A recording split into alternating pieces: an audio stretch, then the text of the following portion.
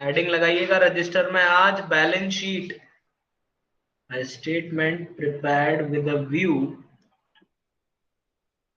To major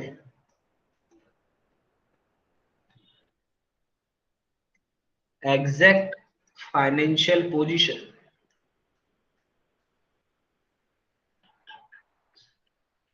on a certain date.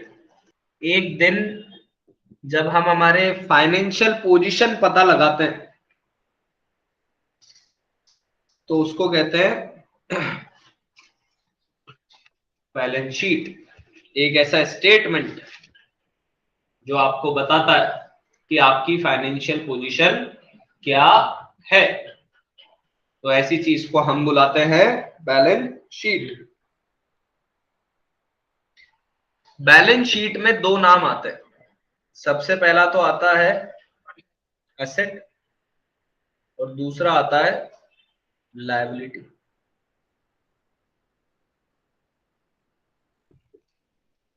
आपने expenses और income तो ट्रेडिंग और पीएनएल में ले गए, है ना। आपका जितना भी रेवेन्यू हुआ वो ट्रेडिंग में दिख गया, जितने भी डायरेक्ट एक्सपेंसेस थे वो ट्रेडिंग में दिख गए, और जितने भी इनडायरेक्ट एक्सपेंसेस और इनडायरेक्ट इनकम है वो आपने पीएनएल में दिखा दी। यानी कि रेवेन्यू और एक्सपेंस का जो फंडा था वो तो कहां आके खत्म हो गया, ट्रेडिंग और पीएनएल पे आके खत्म हो गया।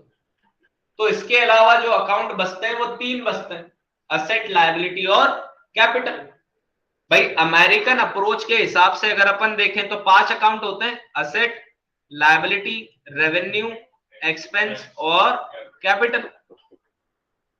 तो ये रेवेन्यू और एक्सपेंस जो है ये तो आप किस में शामिल कर गए, पीएनएल के अंदर या ट्रेडिंग के अंदर। तो ये जो बचे हुए तीन नाम है ये किसका पार्ट बनेंगे, ये पार्ट बनेंगे बैलेंस शीट। अब आप बोलोगे कि सर आपने नाम तो यहां दो ही लिखवा है, असेट और लायबिलिटी, और इधर आप कह रहे हो कि कैपिटल भी आएगी। तो कैपिटल भी अपने आप में क्या होती है, एक तरीके की इंटरनल लायबिलिटी होती है। जब धंधा बंद होगा तो ये लायबिलिटी यानी कि ओनर अपने बिजनेस से ये कैपिटल वापस मांगेगा कि नहीं मांगेगा। तो इस वजह से कैपिटल भी अपने आप में क्या है, एक तरीके की इंटरनल लायबिलिटी। तो इसको किस साइड पे दिखाएंगे, लायबिलिटी साइड पे ही दिखाएंगे। अब अभी तक आप जो फॉर्मेट बनाते हुए आ रहे थे उसमें आप पर्टिकुलर अमाउंट दिखा रहे थे और आप उन सारी चीजों को अकाउंट वर्ड से डिनोशन दे रहे थे।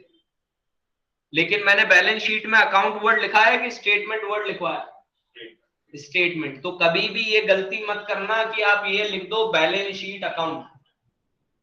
वो शीट वर्ड जो है वो ये डिनोट करता है कि ये क्या है, एक स्टेटमेंट है। तो यहां पे पर्टिकुलर अमाउंट लिखते नहीं।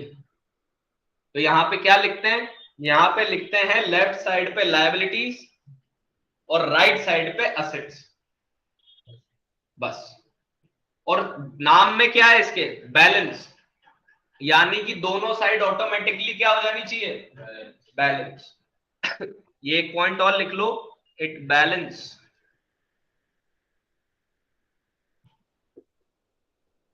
Both side always.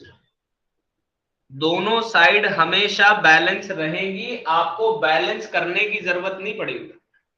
अगर आपका आंसर लायबिलिटी का आ गया 1,80,000 और असेट का आ गया 2 लाख, यानी मान लो आंसर गलत, या तो दोनों साइड का टोटल 180 होगा या दोनों साइड का टोटल 2 लाख होगा। यानी कि एक पॉइंट और लिख लो, total always equal, total always equal. आपने कहा 2 लाख, जैसे लायबिलिटी और असेट है, अगर लायबिलिटी 180 और असेट 2 लाख दिख रही है तो आपने कहीं गलती करी है, या तो दोनों का टोटल 2 लाख है या दोनों का टोटल 180। ठीक है, तो टोटल ऑलवेज इक्वल। इसको बनाने के दो तरीके होते हैं, या तो आप आइटम्स को लिक्विडिटी के ऑर्डर में जमाते हो, यानी कि किसको जल्दी कैश में कन्वर्ट कर सकते हैं।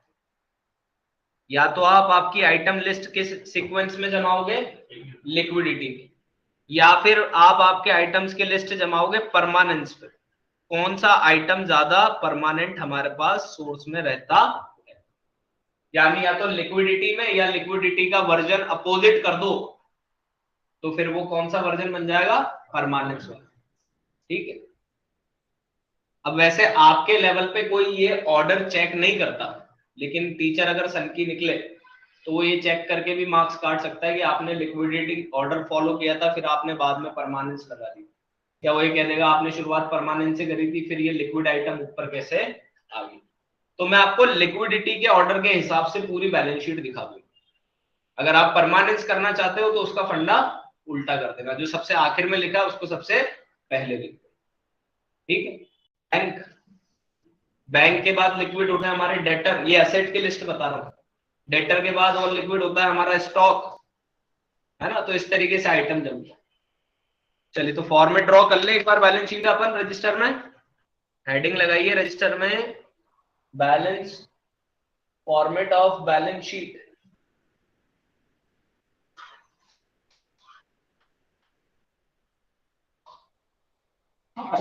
और ये पूरा ड्रॉ कर लीजिए एज इट इज।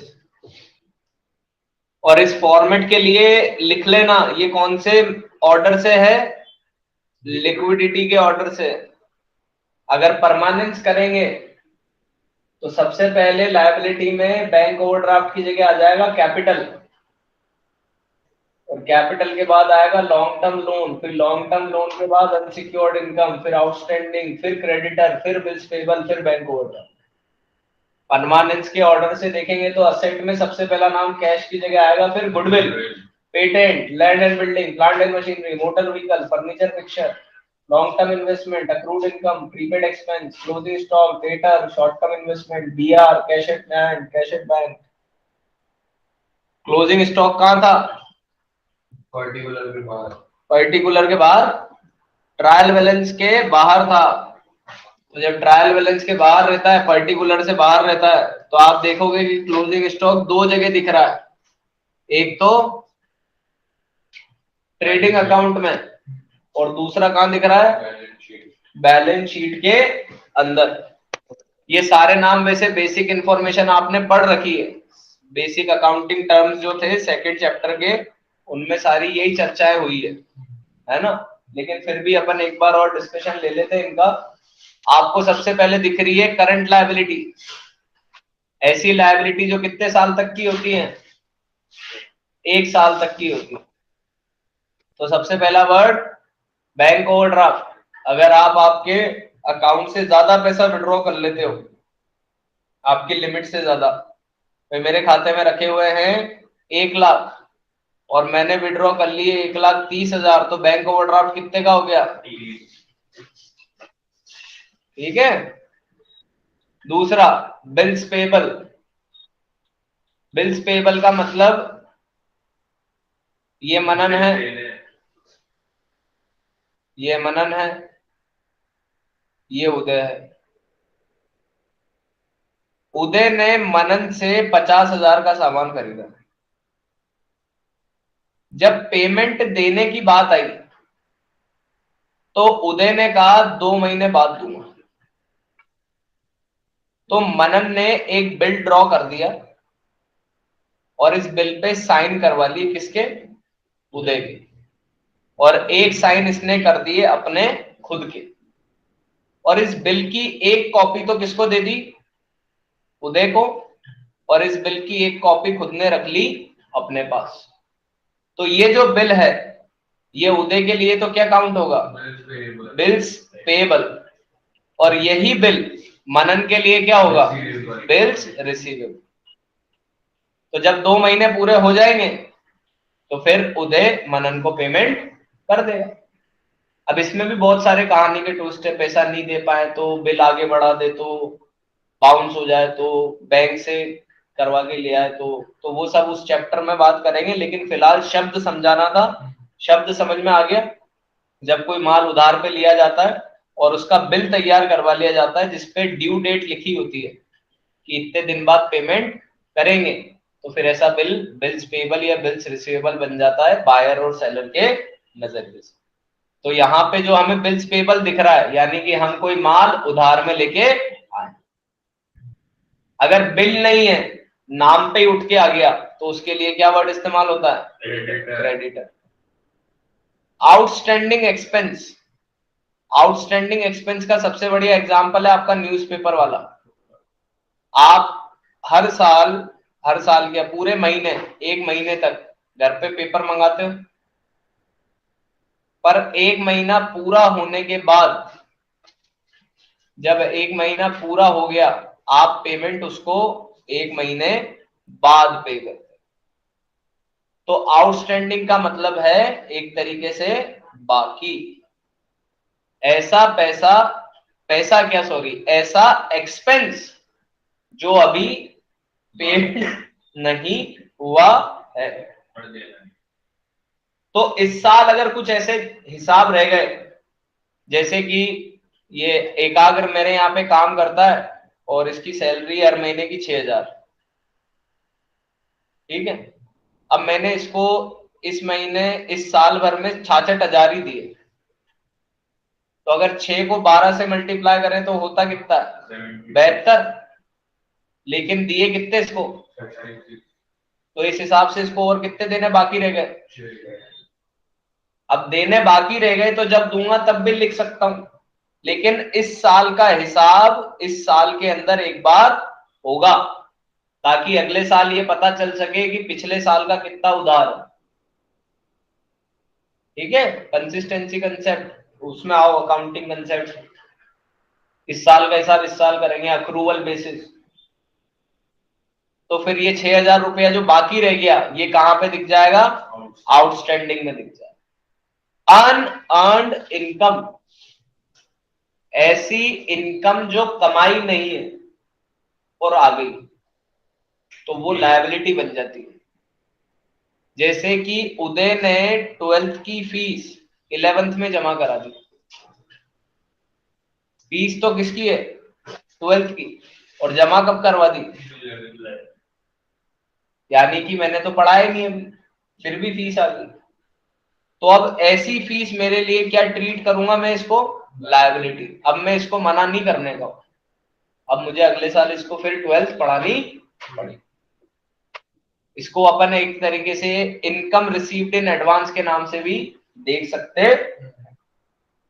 इसके बाद आ गए लॉन्ग टर्म लोन। आपने बैंक से लिया हो, फाइनेंशियल इंस्टीट्यूशन से लिया हो, कहीं से भी लिया हो, कोई लोन लिया हो, तो वो लोन ऑब्वियस सी बात है क्या होता है? हमारी लायबिलिटी होता।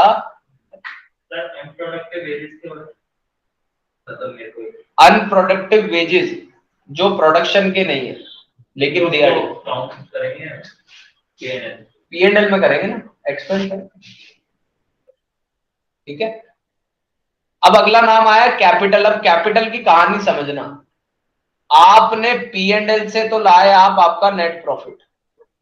अब ऑब्वियस सी बात है, अगर प्रॉफिट होगा तो मेरी कैपिटल बढ़ेगी।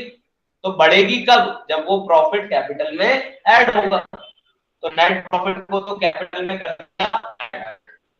और अगर पर्सनल यूज के कोई पैसा लेके गए थे तो अकाउंटिंग इक्वेशन याद करो। जब हम ड्राइंग्स करते थे कैश में से और कैपिटल में से, दोनों में से क्या करते थे? लेस करते थे। तो वो यहाँ पे फिर जो हम इनकम टैक्स देंगे हमारी कैपिटल कम होगी, नेट प्रॉफिट में से जाएगा, तो वो भी लेस होगा। और लाइफ इंश्योरेंस में भी एक तरीके की क्या होती है? ड्राइंग होती है, तो उसको भी अलग से देना है, तो उसको भी लेस साइड का टोटल और टोटल यहाँ पे दिखा। इसके बाद आपको भी तो पता ही है कैश इन हैंड जो आपका कैश बैलेंस होता है, कैश इन बैंक जो आपका बैंक बैलेंस होता है। बिल्स रिसीवेबल जैसे पेएबल है, जैसे अगर आपने किसी को उधार में बेचा था जिससे पैसा कलेक्ट होना, तो वो bill receivable. Short term investment, आपने कहीं शेयर में पैसा लगा दिया, कहीं गोल्ड में लगा दिया साल भर के लिए, बिजनेस का पैसा, तो वो कहलाता है शॉर्ट टर्म इन्वेस्टमेंट। जैसे इधर क्रेडिट तो इधर क्रेडिटर की क्रेडिटर है। अब इस साल जो माल बिका वो मेरी एसेट है, इस वजह से आपको कहां दिख रहा है? Asset side. पहले दिख रहा प्रीपेड एक्सपेंस, आउटस्टैंडिंग का जस्ट उल्टा। आउटस्टैंडिंग में पैसा बाकी था, लेकिन प्रीपेड में पहले से पैसा दे रखा है। भाई आपने मोबाइल में बैलेंस डलवाया 500 रुपए का, तो पहले 500 दिए ना, इसलिए तो मोबाइल में दो सिम चलती है, प्रीपेड और पोस्टपेड। पहले पे करो फिर बात करो प्रीपेड, और पहले बात कर लो बाद में पैसा दो तो पोस्टपेड। तो पोस्टपेड को तो हम अकाउंटिंग में बुलाते हैं आउटस्टैंडिंग, प्रीपेड के लिए वही वर्ड होता है। ठीक है, यानी जो अनअर्न्ड इनकम मेरे लिए लायबिलिटी बन रही थी, वही उदय के लिए क्या बन जाएगा, प्रीपेड एक्सपेंस की मैंने एक साल पहले ही आपको हिसाब दे दिया है। तो ऐसा पैसा जो कमा लिया लेकिन पैसा मिला नहीं, तो वो बनी आपकी अक्रूड इनकम, वो भी आपकी असेट। इसके बाद अगर आपने एक साल से ज्यादा समय के लिए कोई पैसा इन्वेस्ट कर रखा था, तो वो क्या कहला जाएगा, आपकी लॉन्ग टर्म इन्वेस्टमेंट। और इसके बाद तो आपकी सारी फिक्स्ड एसेट गिवन है आपको, फर्नीचर, फिक्सचर, ये पंखा क्या है, फिक्सचर है ना, ये फिटिंग, फिटिंग, ट्यूबलाइट क्या है, फिटिंग, फिक्सचर क्या है, ये अलमारी जो फिक्स है दीवार के अंदर। ठीक है, मोटर व्हीकल, मोटर व्हीकल की जगह आपको कार वर्ड भी मिल सकता है, कंप्यूटर भी मिल सकता है। कंप्यूटर भी क्या है, आपकी एक तरीके की असेट।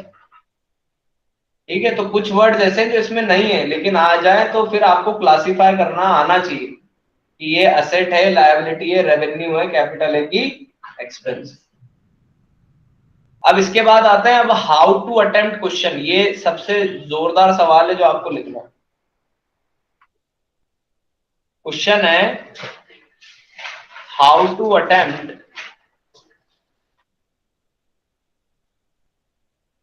Financial statements.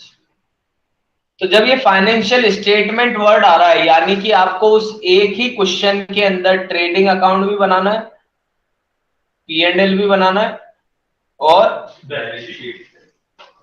तीनों एक दूसरे से रिलेट है। अगर ट्रेडिंग का जीपी नहीं आया तो P&L का नेट प्रॉफिट नहीं आएगा, और P&L का नेट प्रॉफिट नहीं आया तो बैलेंस शीट में कैपिटल में क्या ऐड करोगे। तो तीनों चीजें एक दूसरे से रिलेटेड है, और इनका सीक्वेंस भी यही है। सबसे पहले बनेगा ट्रेडिंग, फिर बनेगा P&L, और फिर फाइनली बनेगी balance sheet.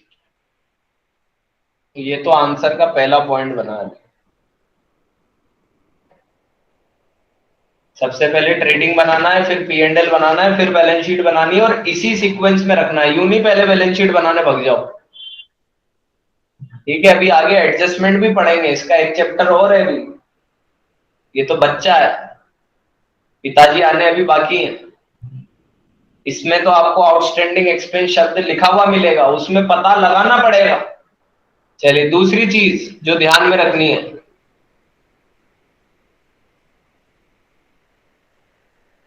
scan the items and classify in question।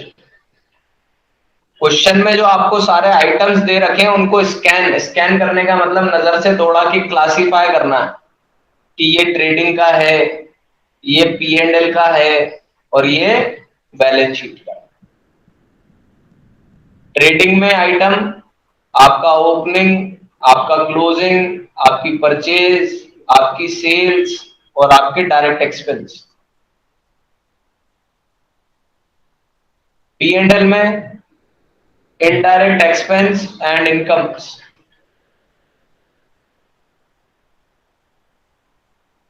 और बैलेंस शीट के लिए असेट, लायबिलिटी और कैपिटल। जब तक आप इन आइटम्स को क्वेश्चन में आइडेंटिफाई करना नहीं सीखोगे, क्वेश्चन तैयार नहीं हो। चलो, अब इस क्वेश्चन में ये आइडेंटिफाई करके आप बताओगे मेरे को, मैं नहीं बताऊंगा, आप बताओगे। ठीक है, कि सर ये बैलेंस शीट का आइटम है, ये P&L का आइटम है, ये ट्रेडिंग का आइटम। क्वेश्चन ने क्लोजिंग स्टॉक दे रखा है 18,000, कहां का दिखेगा, ट्रेडिंग में दिखेगा और बैलेंस शीट में दिखेगा, असेट में दिखेगा ना क्लोजिंग स्टॉक। स्टॉक 1,4,18 ये कौन सा स्टॉक है? ये कहाँ दिखेगा? ट्रेडिंग में दिखेगा। ट्रेडिंग में भी किधर दिखेगा? ट्रेडिंग में भी डेबिट साइड दिखेगा। Purchase same. Sales return trading में क्रेडिट में लेस करेंगे। कैरेज आपको कैरेज के बारे में आप कुछ नहीं बता रखा तो इसको कहाँ का मानेंगे? ट्रेडिंग का मानेंगे। ट्रेडिंग कैरेज को कैरेज काउंट करेंगे, इनवर्ड आउटवर्ड से फिर कोई मतलब नहीं। कैरेज यानी कि ट्रेडिंग। वेजेस ट्रेडिंग में डेबिट। सैलरी P&L में डेबिट। प्रिंटिंग स्टेशनरी P&L में डेबिट। ट्रेड एक्सपेंस P&L में डेबिट। अब वर्ड आ गया कैश इन हैंड। अब कैश इन हैंड क्या होती है? बैलेंस शीट में असेट। बैलेंस शीट में asset. Bills receivable balance sheet में asset. Sundry debtor balance sheet में। Land and building balance sheet में। Plant and machinery balance sheet में। Asset asset asset. Drawing liability side में capital में से minus. Furniture and fixture balance sheet में asset. Rent and taxes P&L में debit. Creditor balance sheet में liability. Purchase return trading में debit में minus. Sales trading में क्रेडिट। कमीशन रिसीव हुई है क्या हुई? कुछ नहीं बता रखा तो क्या मानेंगे कमीशन? P&L में होगा। P&L में होगा। P&L में डेबिट होगा क्रेडिट होगा? डेबिट क्रेडिट होगा। अब तुमने एक जरा सी बात ध्यान दी, ऊपर डेबिट बैलेंस है